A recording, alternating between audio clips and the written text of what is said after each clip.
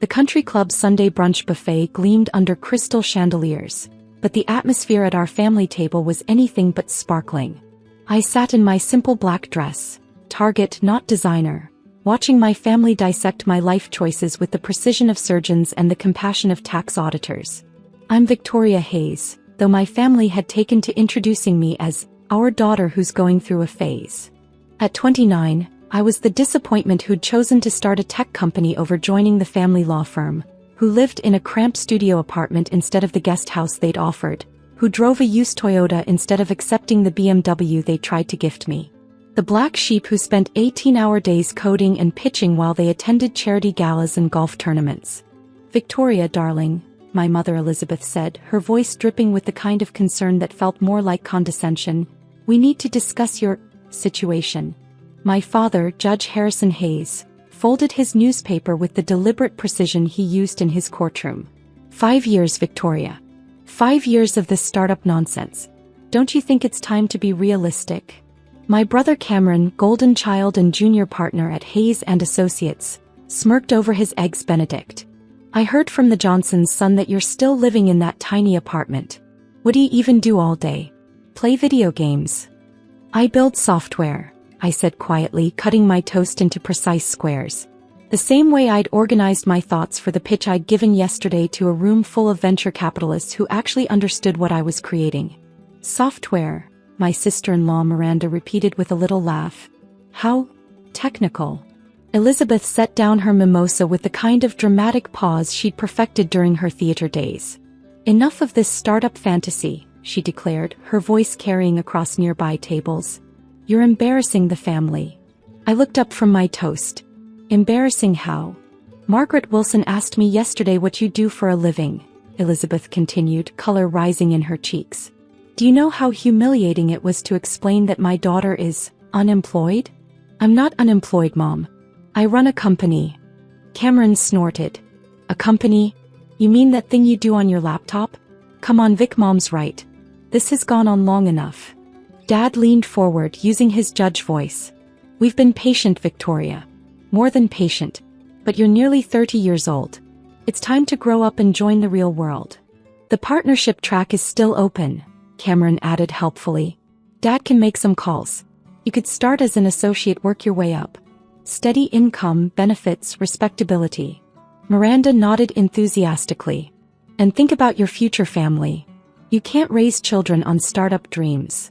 I took a sip of orange juice, noting how they'd all coordinated this intervention. Probably planned it over their weekly family dinner, the one I'd stopped attending months ago when these conversations became unbearable. "What exactly do you think I do all day?" I asked calmly. Elizabeth waved her hand dismissively. "I'm sure you try very hard, dear. But this whole entrepreneur thing is just fantasy. Real businesses require real capital, real experience, real connections. You can't just make something successful by wishing it so. Maybe if you'd gone to business school instead of dropping out of law school," Dad added, "you'd understand how the business world actually works." I almost laughed. If only they knew about the meetings I'd been taking, the investors who'd been circling, the acquisition offers I'd been fielding. About the company that had grown from my cramped apartment to occupying 3 floors of a downtown office building. "You know what Margaret Wilson's daughter does?" Elizabeth continued. "She's a federal prosecutor. A real job with real impact. Not playing around with computers." My phone buzzed against the table. Unknown number. I normally would have let it go to voicemail, but something made me glance at the screen. The caller ID showed a 212 area code, New York. "Excuse me," I said, standing. "I should take this." "Victoria," Elizabeth called after me. "We're having a family discussion. This will just take a moment." I stepped away from the table, noting how other families glanced our way. The Hayes family drama was probably entertainment for their own Sunday brunches. "Hello. Ms. Victoria Hayes?" The voice was professional, crisp. "This is Jessica Chin from Forbes magazine. I'm calling about your cover story interview." The world seemed to tilt sideways. I gripped my phone tighter. "I'm sorry, could you repeat that?" "Forbes magazine. We're running your story as our cover feature for the upcoming issue on Tech's Rising Stars. Your company, Neuralsync, has been selected as our Startup of the Year." We'd like to schedule the cover photo shoot and final interview. Are you available this week? I looked back at my family, still huddled around their table, probably planning their next wave of concern and criticism. They had no idea that the daughter they were trying to save from her delusions had just been selected for the cover of Forbes. This week would be perfect, I managed to say. Excellent. We're particularly interested in discussing the $50 million Series B funding round you just closed, and of course the acquisition offer from Google. Our readers are fascinated by entrepreneurs who bootstrapped their way to unicorn status. $50 million. The number hung in the air like a challenge to everything my family believed about my fantasy life. I'll have my assistant send over the details, Jessica continued. Congratulations again, Ms. Hayes. Your story is exactly the kind of inspiration our readers love. Thank you, I said, my voice surprisingly steady. I ended the call and stood there for a moment, watching my family through the restaurant's windows. They were animated now, probably discussing how to stage their next intervention. How to save me from myself. I walked back to the table, slipping my phone into my purse. They looked up expectantly, like parents waiting for a child to confess some misdeed. Important call? Cameron asked with obvious sarcasm. You could say that. Elizabeth leaned forward. Victoria, we're trying to help you. This resistance to reality isn't healthy. What do you consider reality, Mom? Real success, she said firmly. Financial stability. Professional recognition. The kind of achievements that matter. Dad nodded. Your mother's right. Success isn't about chasing dreams. It's about building something substantial, something respectable. Like Forbes magazine? I asked innocently. Miranda laughed. Well, yes. That's exactly the kind of recognition that matters. If you could get your little computer hobby featured in Forbes, that would be something. Interesting you should mention that. Cameron raised an eyebrow. Don't tell me you applied for some entrepreneur contest. Actually, I said, sitting back down and placing my phone on the table, that was Forbes calling about my cover story. The silence that followed was absolute. Elizabeth's coffee cup froze halfway to her lips. Dad's newspaper crumpled in his grip. Cameron's smirk melted like ice in summer heat. Cover story? Elizabeth whispered. For what? Dad demanded. I pulled up the Forbes website on my phone, scrolling to the announcement that had gone live that morning. Tech's Rising Stars issue. NeuralSync was selected as Startup of the Year. The phone screen showed my company's logo alongside the headline, From Dorm Room to $500 Million, the Victoria Hayes success story. Cameron grabbed the phone, his eyes scanning the article. His face went from confused to pale to something approaching gray. $500 million? He croaked. Valuation, I corrected. Though the acquisition offers have been higher. Elizabeth's coffee cup slipped from her fingers, shattering against the marble floor. The sound drew stares from every table in the restaurant, but for once she didn't seem to care about appearances. Acquisition offers? Dad's judge voice had become a whisper. Google's been persistent, I said calmly. Though I'm more interested in the partnership Tesla proposed. Better alignment with our technology's potential. Miranda was staring at me like I'd grown a second head. Tesla? As in Elon Musk's Tesla. The very same. Our neural interface technology has applications they're interested in exploring. Cameron was still scrolling through the article, his face getting paler with each paragraph. It says here you started the company with $5,000. My savings from tutoring in college, I confirmed. Though the Series B funding round just closed at $50 million. $50 million, Elizabeth repeated faintly. The A round was $12 million, I added helpfully. I probably should have mentioned it, but you seemed so concerned about my lack of real income. Dad found his voice. Victoria, how long have you been successful? Depends how you define success. If you mean profitable, about 2 years. If you mean industry recognition, 18 months. If you mean life-changing wealth. I paused, watching their faces. About 6 months. The maitre d' appeared with staff to clean up Elizabeth's broken cup, shooting disapproving glances at our table. Other diners were openly staring now, trying to piece together what had caused such a dramatic scene. Why didn't you tell us? Cameron asked, his voice hollow. I considered the question carefully. Would you have believed me? Or would you have accused me of fantasizing again? The truth sat between us like an uninvited guest. Besides, I continued, I tried to share my progress early on. Remember when I got my first investor meeting? You said I was being naive. When I signed my first major client, Dad told me not to get my hopes up. When TechCrunch wrote about us, Mom said she hoped I wouldn't let it go to my head. They had the grace to look ashamed. Elizabeth found her voice. But you live in that tiny apartment. By choice. It's 3 blocks from my office. Walking to work gives me time to think. And the car? Dad asked weakly. The Toyota. Reliable, efficient, low profile. I've had enough attention from investors. I don't need more from car thieves. Miranda was staring at me with new eyes. How many employees do you have? 47, I said. Though we're hiring aggressively. The Forbes article will probably bring more applications than we can handle. Cameron set down my phone with trembling hands. The Johnson's son, he said you were struggling. The Johnson's son works for our competitor. He knows exactly how well we're doing. I smiled slightly. Though his company's market share has been declining since our launch. Victoria, Elizabeth said slowly, are you rich? That depends on your definition. If you mean can I afford this restaurant? Yes. Can I buy this country club? Also yes. Can I afford to never work again? Probably, though I enjoy what I do too much to stop. The silence stretched between us, heavy with years of misunderstanding and missed opportunities. The cover story, Dad said finally. When does it come out? Next week. Jessica mentioned they're particularly interested in the bootstrapping story. Apparently, starting a unicorn company with $5,000 and no family money is unusual in Silicon Valley. Elizabeth winced. No family money.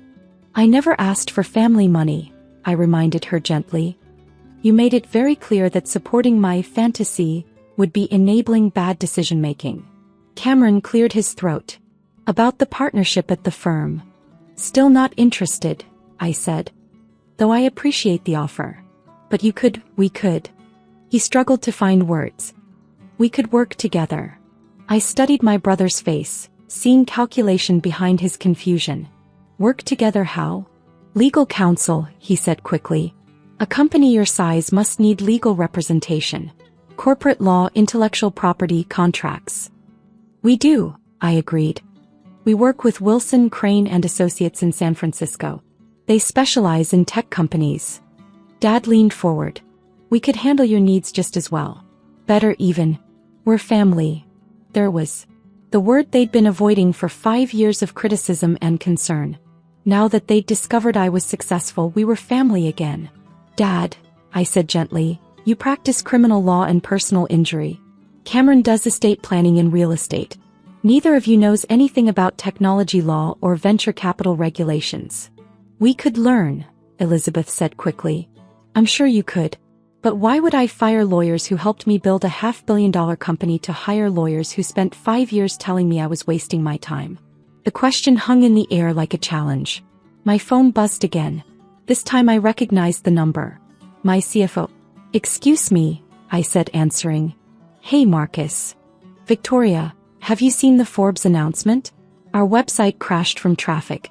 We've had 17 acquisition inquiries since this morning. Expected, I said, watching my family's faces as they processed this new information. Any serious offers? 3. All above our target range. Want me to set up calls for tomorrow? Tuesday would be better. I have the Forbes photo shoot Monday. Got it. Oh, and congratulations on the cover. Well deserved. I ended the call and looked at my family's expectant faces. Business? Dad asked. Always. Success requires constant attention to detail. Elizabeth was studying me like she'd never seen me before. Victoria, I have to ask, are you happy? The question caught me off guard. Of all the things I'd expected her to say, that wasn't one of them. Very, I said honestly. I love what I do. I love the problems we solve, the team we've built, the impact we're having. I can't imagine doing anything else. Even with all the stress. The uncertainty. I almost laughed. Mom, what uncertainty? We have 2 years of operating expenses in the bank, more clients than we can serve, and acquisition offers that would set us up for life. The only uncertainty is which opportunities to pursue. Cameron was still staring at my phone like it might reveal more secrets. 17 acquisition inquiries. In one morning. The Forbes effect, I explained. Though we've been getting unsolicited offers for months. Success attracts attention. Miranda finally spoke. Victoria, I owe you an apology. We all do. I studied her face, looking for genuine remorse versus social calculation. She seemed sincere, but then again $50 million had a way of making people seem sincere. Apology for what, exactly? For not believing in you. For not supporting you. For thinking we knew better. For calling it a fantasy, Elizabeth added quietly. For suggesting you were embarrassing the family, Dad said, his voice heavy with shame. Cameron nodded. For treating you like you didn't know what you were doing. I considered their words carefully. These were the same people who'd spent 5 years dismissing my dreams, questioning my choices, and suggesting I needed to be more realistic. Now that they'd discovered I was worth more than all of them combined, they wanted to apologize. I appreciate that, I said finally. But apologies are just words. The real question is whether you've learned anything from this experience. What do you mean? Elizabeth asked. I mean, do you understand why I stopped coming to family dinners? Why I didn't share my successes with you? Why I kept my distance from all your advice and concern? They exchanged glances, the kind of silent family communication that comes from years of shared experiences. Because we weren't really trying to help you, Dad said slowly. We were trying to make you into what we thought you should be. Because we couldn't see past our own definitions of success, Cameron added. Because we were more concerned with how your choices reflected on us than with whether they were right for you, Elizabeth finished. I nodded. And we were wrong, Miranda said simply. About everything. The waiter appeared, probably wondering if we were planning to order more food or just continue occupying the table through the lunch rush.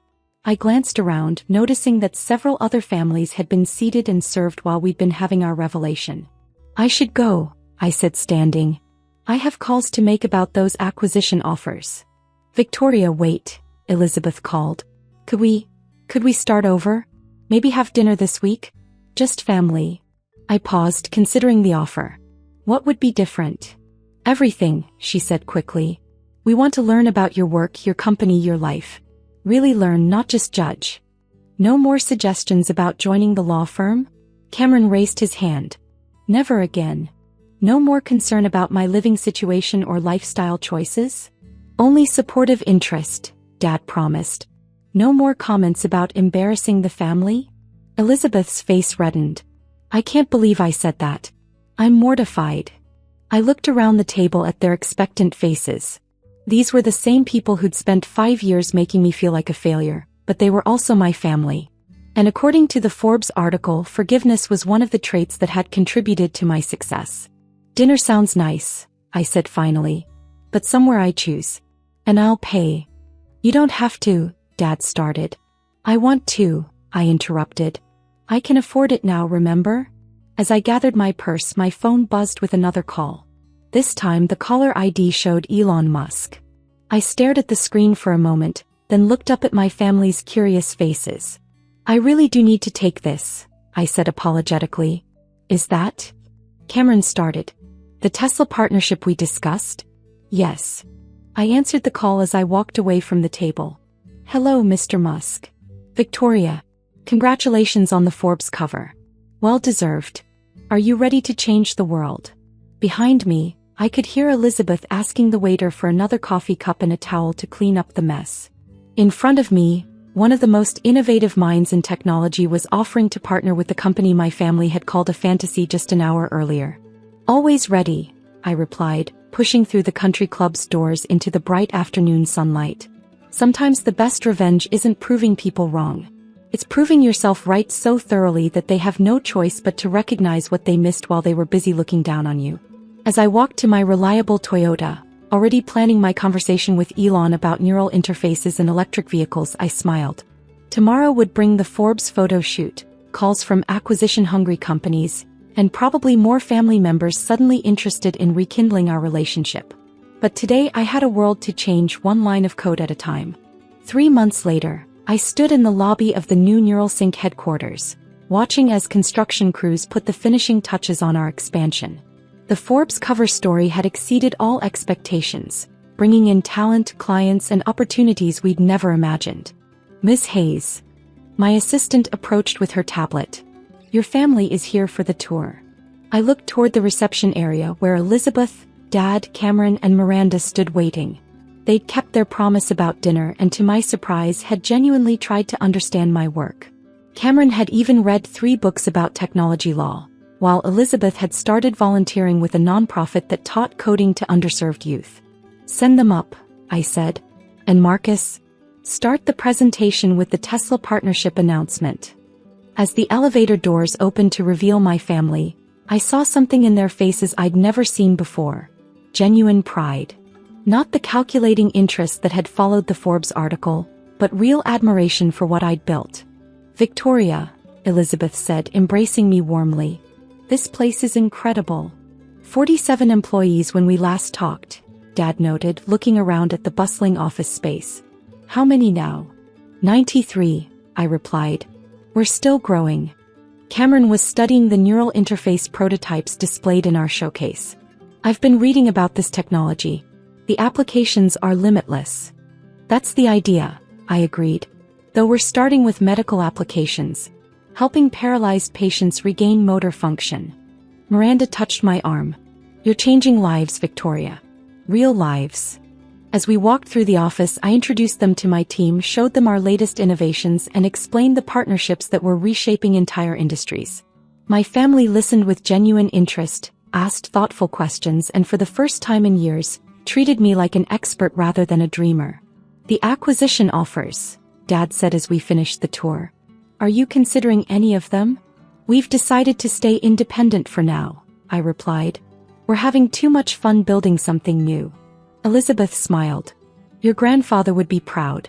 He always said the best businesses are the ones that make the world better. He would have understood what you were doing, Cameron added, even when we didn't. As my family prepared to leave, Elizabeth pulled me aside.